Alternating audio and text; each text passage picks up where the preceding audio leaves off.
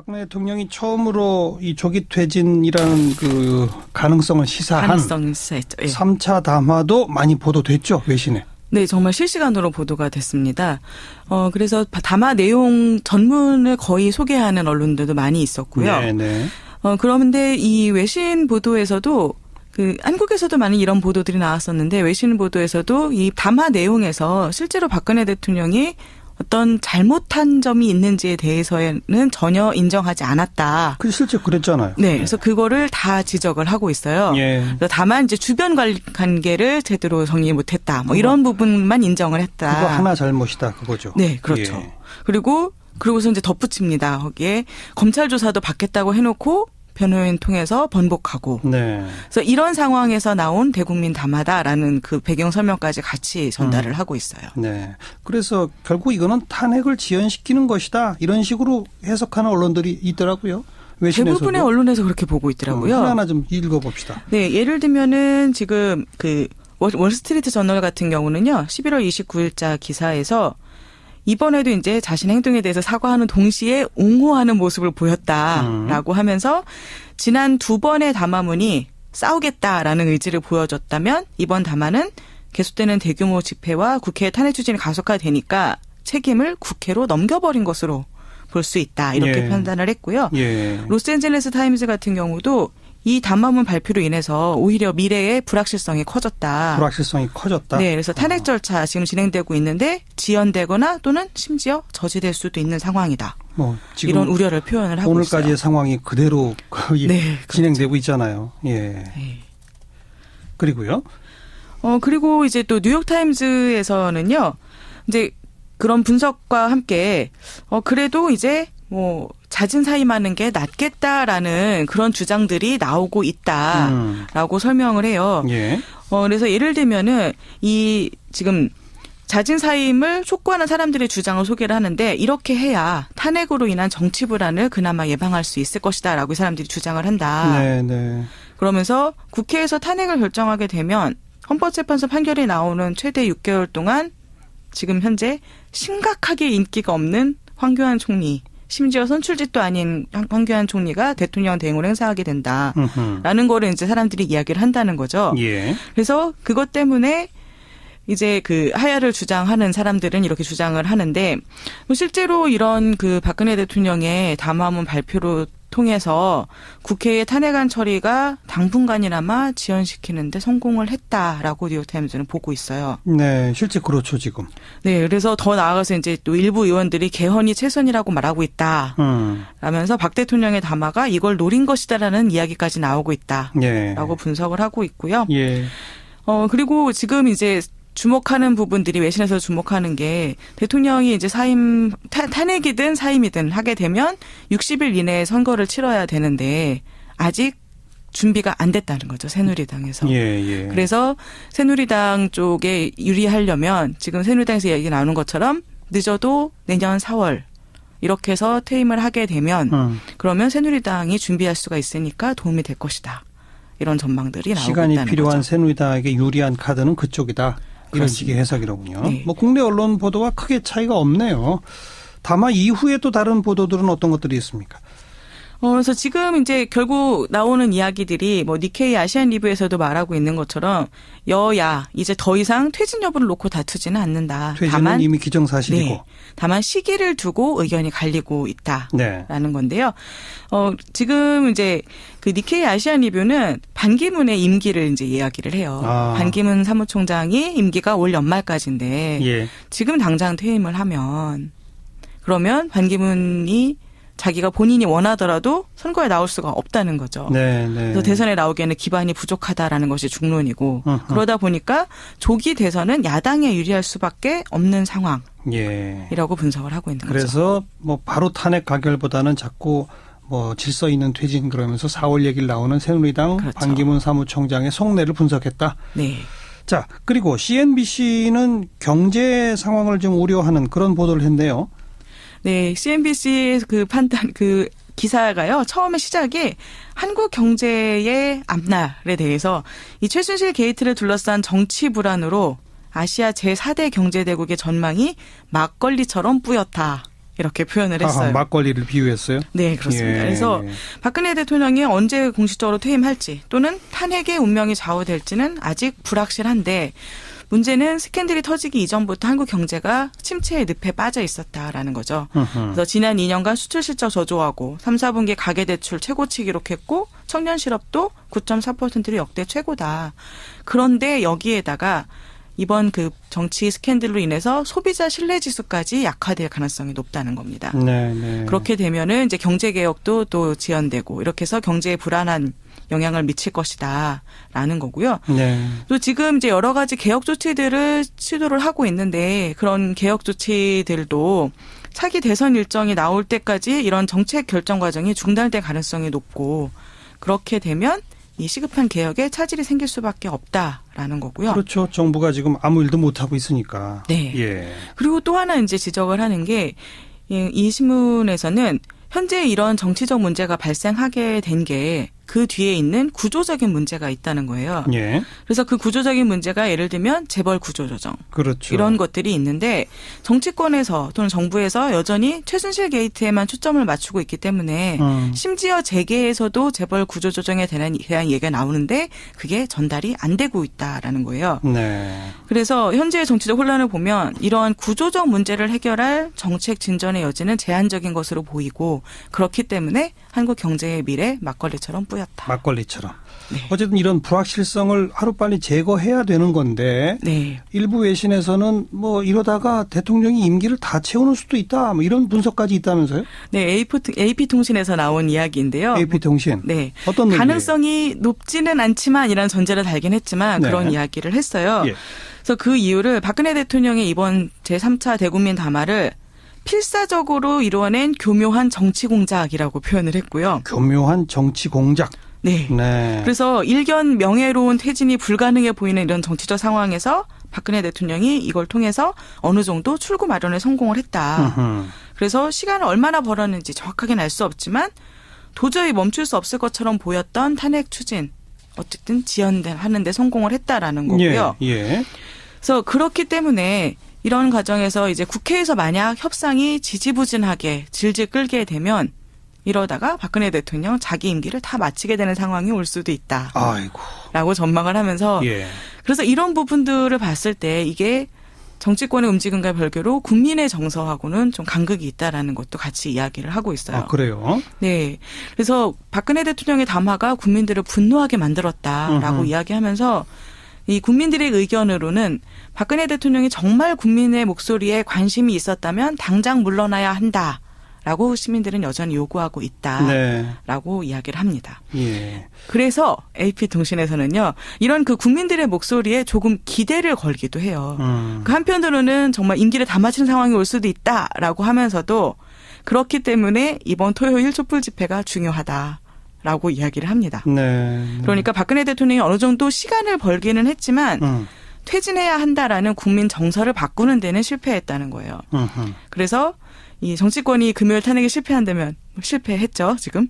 그래서 그렇게 되면 토요일 촛불 집회에서 명확해질 것이다. 이런 상황이. 네. 그래서 이 축제를 연상시키는 촛불 집회의 동력이 야당으로 하여금 분열된 국회 내 세력을 통합하고 탄핵 표결을 추진할 수 있는 에너지가 되어줄 것이다. 결국 박근혜 대통령의 정치적 술책은 필연적인 운명을 그저 잠깐 지연시킬 수 있을 뿐이다. 라는 것이 AP통신 기사의 마무리였어요. 그 기자 누구예요? 그러게요. 정치 공작, 필사적인 정치 공작을 했다. 네. 그게 일시적으로 정치권에 먹히고 있다. 그렇죠. 그러나 이것은 필연적인 운명을 잠깐 지연시킬 뿐이다. 네. 촛불 집회가 다시 변수가 국회를 되어서 동력을 줄 결속시킬 것이다. 네. 탄핵적으로. 네. 네. 자, 그리고 미국 언론, 일본 언론 다 이런 어떤 한국의 어떤 정치적 불안정 이런 것들이 이 지역 질서라든지 한미 관계, 또 한일 관계, 뭐 북미 관계 뭐 이런 등등에 미칠 영향 이런 것들도 쭉 분석을 하고 있죠. 네, 처음에 최순실 게이트 보도가 나오기 시작했을 때부터 이 한국의 불안한 정치 상황, 미국에 전혀 도움 안 된다. 뭐 미국에 불리한 일이다. 뭐 이런 쪽으로 미국 언론들에서 좀 나왔던 적이 있잖아요. 예. 지금의 상황을 보면서도 미국에서는 자기네들의 이해관계에 해가 있을 수도 있다라는 거를 우려하는 모습을 많이 보이고 있더라고요. 네. 월스트리트 저널 같은 경우는요. 지금 이런 상황에서 한국의 정치적 혼란이 아시아 지역 안보 그리고 미국의 아시아 정책이 민감한 시기에 터져 나왔다라고 하면서 민감한 시기라는 건 자기네들도 정권 교체기니까. 그렇죠. 예. 그래서 트럼프 대통령으로 이때 정권 교체가 되고 있는 상황에 그런데 북한의 위협을 막을 수 있는 완충으로 미국이 어쨌든 한국에 의존을 해왔다. 네.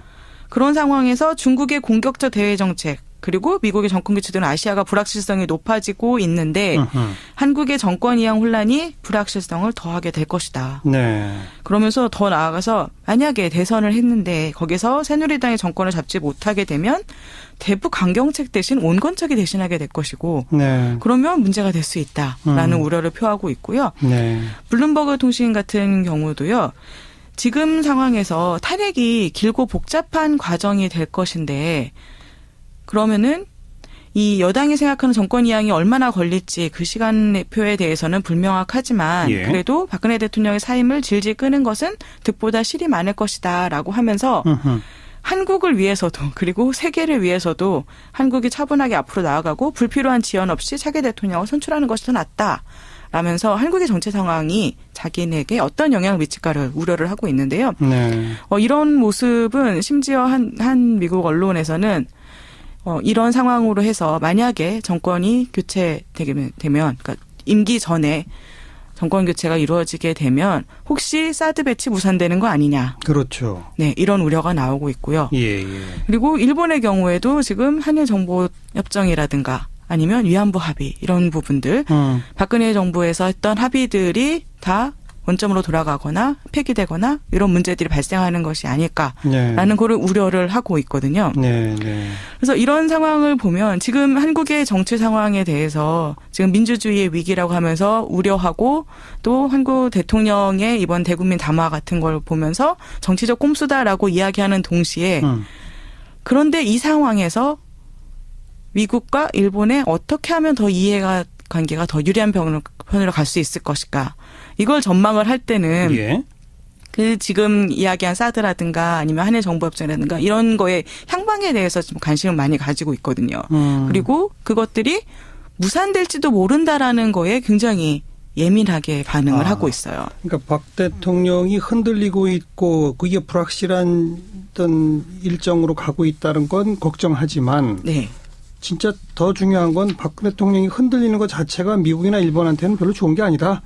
그렇습니다. 그리고 지금 이 상태에서 만약에 야당이 정권을 잡게 되면 그것 역시 미국과 일본에 유리하지 않다라는 판단을 하고 있는 거죠. 네, 네. 그렇기 때문에 탄핵에 대해서는 좀 유보적인 입장을 보이고 있는 거예요.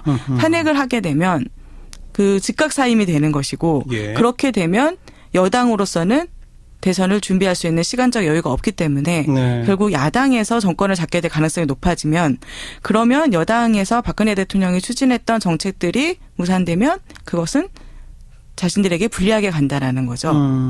근데 그런 이해관계 때문에 점점 사임 쪽으로 그리고 내년 4월 정도로 아니면 시간을 갖고 네, 예. 빨라도 뭐 올 연말이나 아니면 내년 1월 정도로 사임을 계속 하는 그런 쪽으로 하는 것이 좋겠다라고 주장을 하고 있는 건데 이런 걸 보면 예. 박근혜 대통령이 이루었던 그런 합의들 미국이나 일본과 했던 합의들이 이 미국과 일본 측의 이해관계에 얼마나 유리하게 맞춰져 있었던 것일까.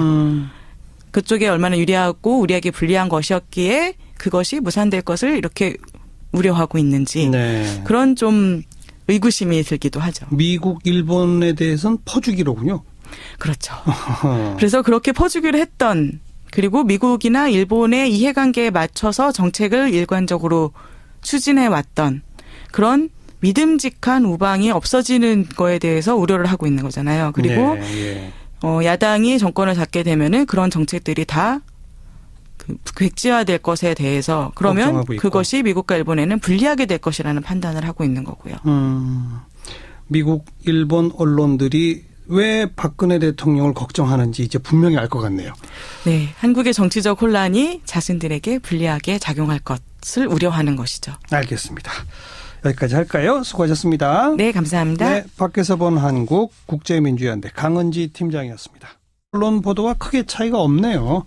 다만 이후에 또 다른 보도들은 어떤 것들이 있습니까?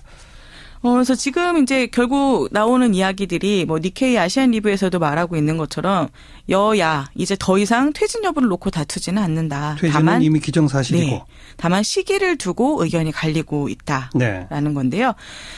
지금 이제 그 니케이 아시안 리뷰는 반기문의 임기를 이제 이야기를 해요. 아. 반기문 사무총장이 임기가 올 연말까지인데 예. 지금 당장 퇴임을 하면 그러면 반기문이 자기가 본인이 원하더라도 선거에 나올 수가 없다는 거죠. 네, 네. 그래서 대선에 나오기에는 기반이 부족하다라는 것이 중론이고 그러다 보니까 조기 대선은 야당에 유리할 수밖에 없는 상황이라고 예. 분석을 하고 있는 거죠. 그래서 뭐 바로 탄핵 가결보다는 자꾸 뭐 질서 있는 퇴진 그러면서 4월 얘기를 나오는 새누리당 그렇죠. 반기문 사무총장의 발표로 통해서 국회의 탄핵안 처리가 당분간이나마 지연시키는데 성공을 했다라고 뉴욕타임즈는 보고 있어요. 네, 실제 그렇죠 지금. 네, 그래서 더 나아가서 이제 또 일부 의원들이 개헌이 최선이라고 말하고 있다. 라면서 박 대통령의 담화가 이걸 노린 것이다라는 이야기까지 나오고 있다라고 예. 분석을 하고 있고요. 예. 그리고 지금 이제 주목하는 부분들이 외신에서 주목하는 게 대통령이 이제 탄핵이든 사임이든 하게 되면 60일 이내에 선거를 치러야 되는데 아직 준비가 안 됐다는 거죠. 새누리당에서. 예, 예. 그래서 새누리당 쪽에 유리하려면 지금 새누리당에서 얘기 나오는 것처럼 늦어도 내년 4월 이렇게 해서 퇴임을 하게 되면 그러면 새누리당이 준비할 수가 있으니까 도움이 될 것이다. 이런 전망들이 나오고 시간이 있다는 필요한 거죠. 새누리당에게 유리한 카드는 그쪽이다. 이런 그렇습니다. 식의 해석이로군요. 네. 뭐 국내 언론 그리고요.